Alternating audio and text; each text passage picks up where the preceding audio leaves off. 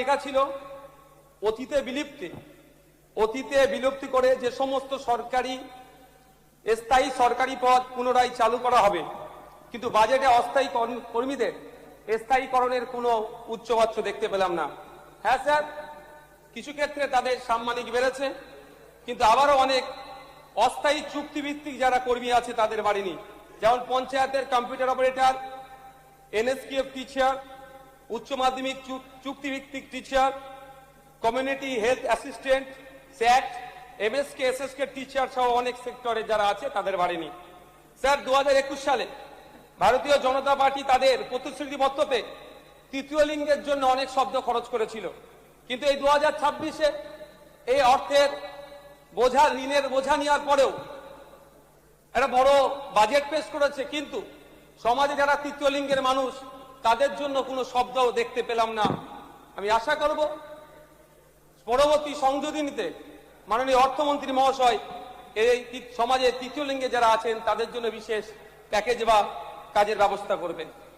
Sir, বাজেটে চাকরির কথা বলা হচ্ছে, যেখানে বাজেটে সরকারি চাকরির ক্ষেত্রে 1 লক্ষ চাকরির প্রদানের ব্যবস্থা করা হচ্ছে। সেখানে আমি একটি কথা বলবো যে যদি আমরা প্রাইমারি স্কুলে গড়ে একজন করে টিচার দিই, 49,000 টিচার লাগবে। শুধু প্রাইমারি নয়, আপার প্রাইমারি থেকে শুরু করে উচ্চশিক্ষা পর্যন্ত পশ্চিমবঙ্গের বিগত সরকার যেভাবে চাকরিতে নিয়োগ না করে শিক্ষা প্রতিষ্ঠানগুলোকে ধ্বংস করেছিল, সেখানে শুধুমাত্র ওই 1 লক্ষ টিচার দিয়ে 1 লক্ষ চাকরির ব্যবস্থা করে এই সরকারি প্রতিষ্ঠানগুলোকে সচল করা যায় না। স্যার, 20,000 পুলিশে নিয়োগের কথা বলা হয়েছে। আমরা যদি একটা তথ্য দেখলে দেখা যাবে যে আমাদের ওয়েস্ট বেঙ্গলে ইউনাইটেড নেশন যে রেকমেন্ডেশন করেছে প্রতি 1 লক্ষ মানুষের জন্য 222টা পুলিশ, এবং আমাদের ভারত সরকারের bureau of police research and ডেভেলপমেন্টের যে অনুমোদিত পদ আছে 196 জন পুলিশের দেওয়ার কথা বলেছে, কিন্তু আমাদের ওয়েস্ট বেঙ্গলে মাত্র 101 জন পুলিশ। তাই 20,000 পুলিশ দিয়ে যে ব্যাপক শূন্য পদ আছে সেটা পূরণ করা যাবে না। প্রায় 2 লক্ষের অধিক অলরেডি শূন্য পদ আছে, সেটাকেও বৃদ্ধি করতে হবে। স্যার, আমি পরিশেষে এই চাকরির ক্ষেত্রে আমি বলবো, যারা আমাদের পশ্চিমবাংলা সরকারের বিভিন্ন সেক্টরে অস্থায়ী চুক্তিভিত্তিক চাকরি করছে তাদের জন্য বিশেষ সংরক্ষণের ব্যবস্থা করা হোক, অন্তত 5% তাদের সংরক্ষণ করা হোক।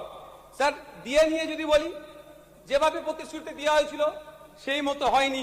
আমি আশা করব সুপ্রিম কোর্টের যে গাইডলাইন বকেয়া সহ দিয়ের বন্দোবস্ত করা হোক, তবে সেটা পয়লা অক্টোবর থেকে নয় স্যার, 1 জুলাই থেকেই সরকারি কর্মচারীদের ডিএর ব্যবস্থা করা হোক, সে আমি আশা করব। স্যার, সংগ্রামী ভাতার কথা বলা হয়েছে, ওই নিয়ে আমি আর চর্চা করব না। অবশ্যই ভাতার থেকে বড় কথা স্যার, যারা মিথ্যা মামলা দিয়ে আমাদেরকে অন্যায়ভাবে জেল খাটিয়েছে, শ্লীলতাহানি থেকে শুরু করে বিভিন্নভাবে চুরির মামলা দিয়েছে, সেইগুলোকে খুঁজে বার করা হোক। তাদেরকে স্যার জেলে রাখলে আমরা আমাদের ভাতাটাই মনে করবো এটা শ্রেষ্ঠ।